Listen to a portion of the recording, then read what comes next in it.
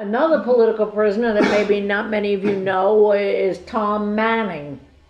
Tom Manning comes from South Boston, the worst of Southies, white, Irish, working class, brought up to hate gays, brought up to hate blacks.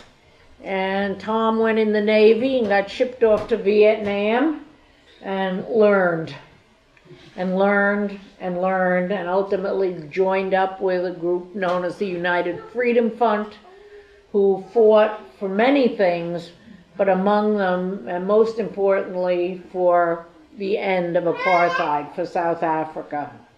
All of them have served time. It's only Tom and Jan Lahman, who is actually from Buffalo, Tonawanda, I believe he's from.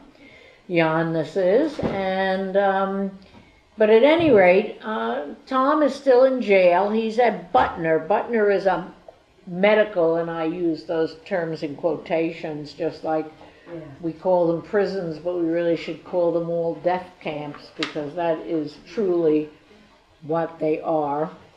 And I stole that from my husband, but at any rate, but I just got this day before yesterday from the Jericho folks, and Lamb in particular, and I want to read it because it's from Tom.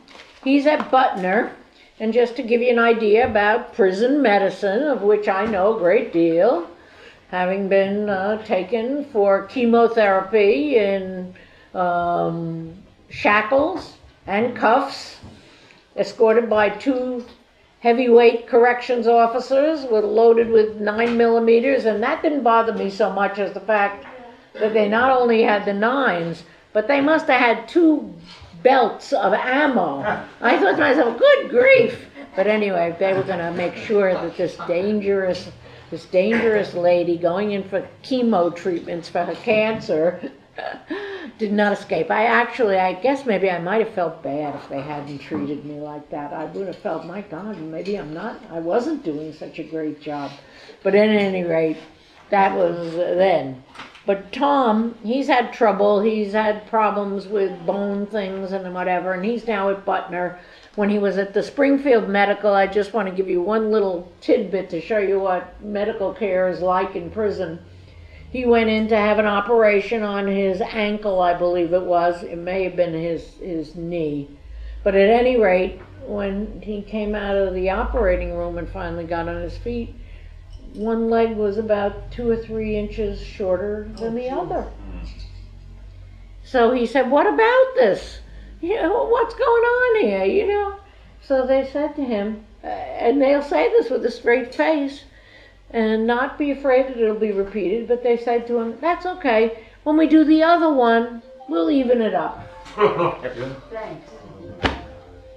Anyway, Tom is still great. I'm going to read you a letter that he wrote a minute after midnight in this cell. He's at Butner, that's in South Carolina, North Carolina, one of those. I'm terrible. One of those Carolinas, those not so great places. Anyway, here's what he wrote. A minute after midnight, in this cell, reading Ramsey Baroud's March 17th piece on the BDS boycott of the Zionists who occupy Palestine and slaughter Palestinians at will. I watch TV in here, this prison hospital, a lot, and see what the American public is fed and accept passively every day.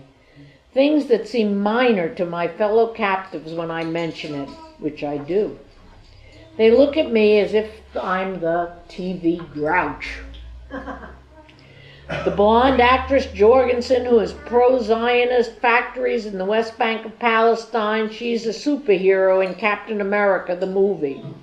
An Israeli soldier who plays Wonder Woman in another superhero movie, who gets more interview time than the Palestinian family whose son was shot in the head by an Israeli soldier while laying on the ground under arrest. Bang! Big joke. I see a news clip. It shows 2 men, a father and son maybe, tending their fishing gear on a beach with the open sea beyond. Open. The Zionists have just allowed Palestinians of Gaza to fish 9 miles out. The limit had been 6 miles. While I take in this view, I have the visual memory of the 4 boys in a tight athletic group running this way and that, trying unsuccessfully to outrun the bursting shells the Zionists are lobbing at them from out on that same sea.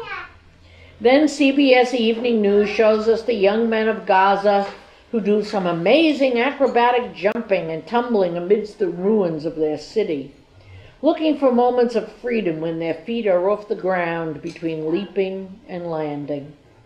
And as the American reporter interviews them for the little news novelty moment at the end of the evening, we can see the shining ribbon of prison apartheid wall in the background, from one side of the TV screen to the other, with the very high-tech, highly lethal watchtower, God Tower, shining against the blue sky.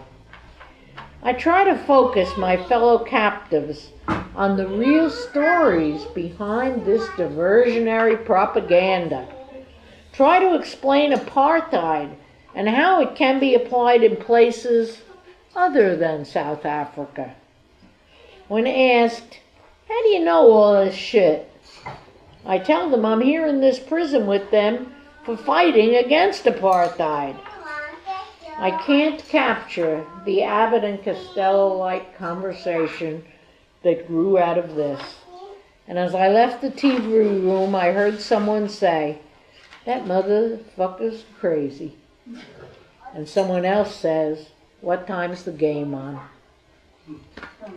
That's from Tommy Manning, locked up, probably going to stay locked up unless we do something about it. Unless we get ourselves organized just as you did for me. We have got to organize ourselves behind, 200 political prisoners still behind the walls? We have got to bring them home. We can't call ourselves a movement if we don't. We must do this. This is our, in my view, prime objective, prime goal. It is what I will give the rest of my life to doing.